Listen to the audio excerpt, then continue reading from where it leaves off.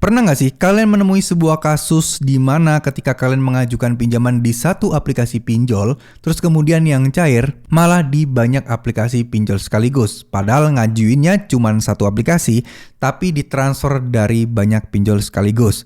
Nah, mungkin terdengarnya buat teman-teman yang butuh uang, yang butuh pinjaman akan terkesan, wah ini sangat membantu. Tapi kenyataannya ini malah jadi musibah. Kenapa saya sebut ini musibah? Karena ya teman-teman harus sadari banget ya, ketika teman-teman mendapatkan hal-hal seperti ini, coba perhatikan masing-masing pencairan tadi itu memiliki bunga masing-masing, memiliki denda masing-masing dan berurusan dengan masing-masing DC jika kalian gagal bayar suatu saat nanti.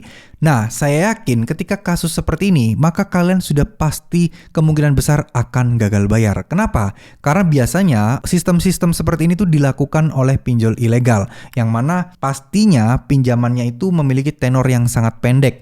Hitungannya cuma hari doang, tapi bunganya sangat gede. Coba kalian pikir, kalian pinjem cuma dapat 700-600 ribu, tapi kalian harus bayarkan 1 juta lebih.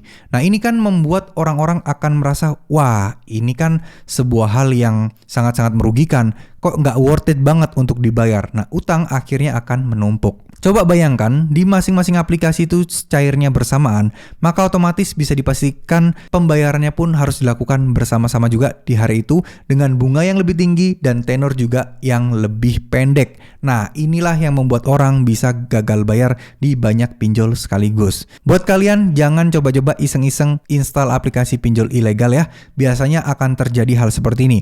Nah, ada beberapa jenis tipe aplikasi yang memang di dalamnya itu adalah gabungan pinjol-pinjol ilegal, di mana teman-teman pinjam di satu itu akan bisa cair ke banyak pinjol sekaligus. Atau ada juga kasus nih, kalian itu pinjamnya di satu nih yang kalian install, tapi banyak tiba-tiba transferan masuk dari pinjol A, B, C, D, bahkan kalian tidak pernah tahu itu pinjol apa sebelumnya. Ya, kalian tahu aja enggak bagaimana kalian install cuma satu tapi nyairin banyak.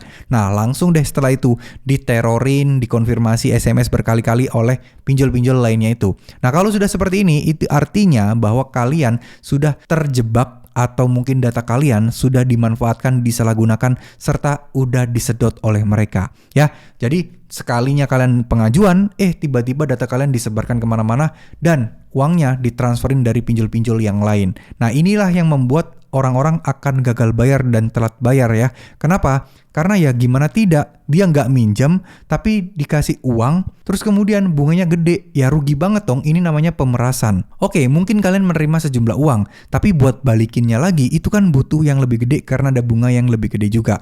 Nah, kalau sudah seperti ini bagaimana? Ya udah, saran saya ada dua pilihan. Kalian mau biarkan uangnya tidak masalah, tapi ada baiknya kalian balikin aja uangnya ya, minta pembayaran kalian balikin. Kenapa? Karena ya setidaknya kalian tidak pakai sepeser pun uangnya dan kalian juga nggak usah peduli mau kalian diteror kayak, kalau kalian dimaki-maki kayak orang kita nggak minjam, bukan salah kita. Dan teman-teman juga bisa melaporkan hal ini ke polisi, tapi biasanya jawabannya polisi cuma simple, ya udah biarin aja, nggak usah dibayar, cuekin aja. Nah pasti biasanya seperti itu teman-teman ya.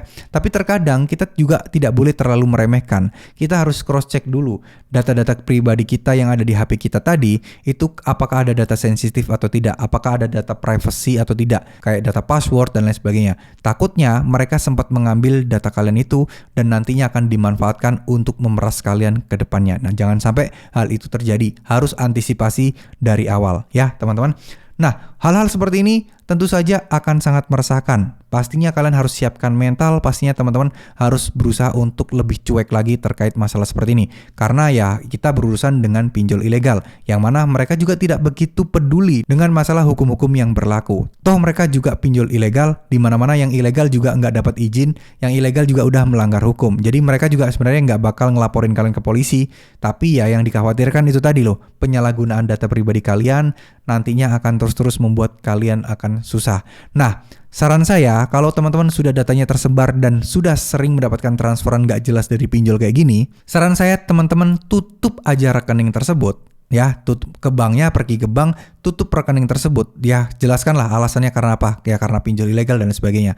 Nah, selanjutnya kalian tinggal buka rekening baru. Simple, beres. Jadi kalian tidak akan sering-sering mendapatkan transferan masuk dari pinjol-pinjol yang nakal tadi ya. Itu akan jauh lebih aman. Kenapa? Karena ya buka rekening bukan hal yang sulit. Buka rekening juga gampang. Langsung aja satu hari itu kalian tutup, buka rekening baru. Nah, kalian pakailah rekening yang baru kalian itu ya. Uangnya terlebih dahulu jelas kalian pindahkan dulu ke rekening yang baru. Biar apa sih? Biar rekening kalian ini yang datanya yang di orang-orang ini biar nggak otomatis ditransferin mulu. Karena biar orang transfer ketika rekening kalian ditutup kan otomatis transfernya ditolak. Jadi pinjol tersebut udah nggak bisa berkutik lagi dengan kalian ya. Oke, mungkin segitu dulu. Semoga ini bisa bermanfaat. Terima kasih. Wassalamualaikum warahmatullahi wabarakatuh.